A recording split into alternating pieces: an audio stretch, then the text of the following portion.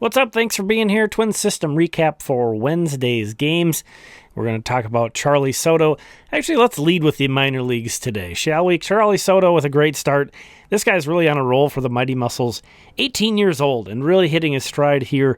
In his last 4 starts now, he's got a 0.95 ERA, a 0.68 whip, and 17 strikeouts in 19 innings pitched. This one hit him right in the heel and popped straight up. So that was caught on the fly by DeBarge, and then Culpepper just had to toss over to first to double the runner off. Soto was fine, stayed in the game, continued to pitch well, too. He was really good tonight. 5 innings, no runs, 4 hits, 2 walks, 4 strikeouts for Charlee Soto. Take a look at his line again in just a moment here. But Brandon Winokur, a guy who's progressed all season for Fort Myers. Really nice swing on this kind of inside-out sit, and then really bad defense in center field there. Allows him, this was scored a double with an error that allowed him to get to third. But aggressive base running, that's pretty on brand for Brandon Winokur. He's an aggressive player a lot of the time. And you see here, this was a tough call. Whether to go or not on this one, he hit that, got to third, scores on this wild pitch, bang, bang play. So that aggressiveness paid off for Brandon Winokur. Here's Billy Amick, one of the recent draftees, hitting a 110-mile-per-hour double off the wall. So we're going to take a look at quite a few of the new draftees. That was Amick. Here's some of Derek Bender, who played first the other night. He's catching tonight, throws out a guy at second base, then makes an outstanding play on this swinging bunt. What a long way he had to go and an awkward angle to throw. That's worth another look.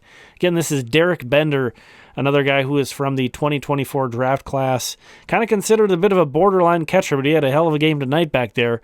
We'll see how he progresses. Again, playing some first.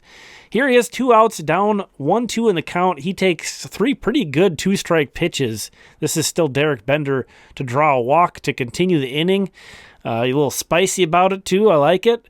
And that brought up Caden Kendle, who ripped a 2-run double down the line to further push out Fort Myers' advantage.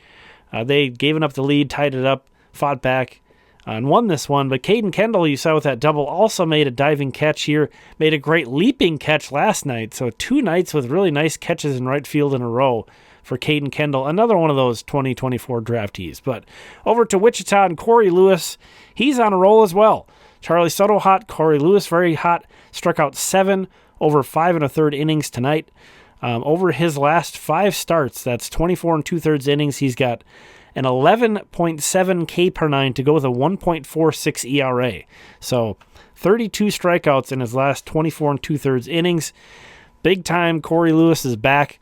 Had an awesome year last year. So good to see him performing this year. Talk about the Twins game. The Twins lost today. Not a whole lot to get excited about in this whole game, really. They just could not get anything going against Cole Ragans, who's an excellent starting pitcher. The Royals' rotation is really good. But still a bit of a letdown. They couldn't get more than 1 run on the board.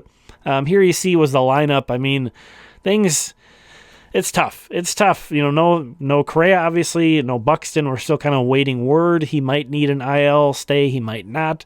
The good news is it doesn't sound like it's anything too serious, which is great. But, the Twins are kind of left in this situation where they're in, their lineup is hurting, and also the defense isn't as good as what we could expect either. And, it's good that they have a really good insurance policy in Willie Castro for both of those guys, but they can't both be out. Those guys are just irreplaceable players. Really tough. Good to see the Twins win this series, though, even though they lost today. Louis Varland did deliver a quality start. 3 runs over 6 innings, went 6, 98 pitches, gave up a couple home runs. Gave up some hard hits other than that. Could have been worse. Could have been better, one of those, but he grinded through and gave the Twins a 6-inning start in which they had a chance. It didn't feel like they had a chance because Ragans was cruising and the lineup, was what it was today. But Varland pitched pretty well. He is going back down to St. Paul, so Pierre Zebby Matthews is going to get another shot in the rotation, which is great. But I think when you're turning to emergency guys and they're able to do these against winning teams, put in efforts like these against winning teams, that's a great sign. Duran just needed work today, mostly. That's why he pitched. And I think maybe he pitched the 7th because Witt was coming up, if I remember correctly. Richards looked so much worse than his line looks. But you can look at his pitch count and his strikes.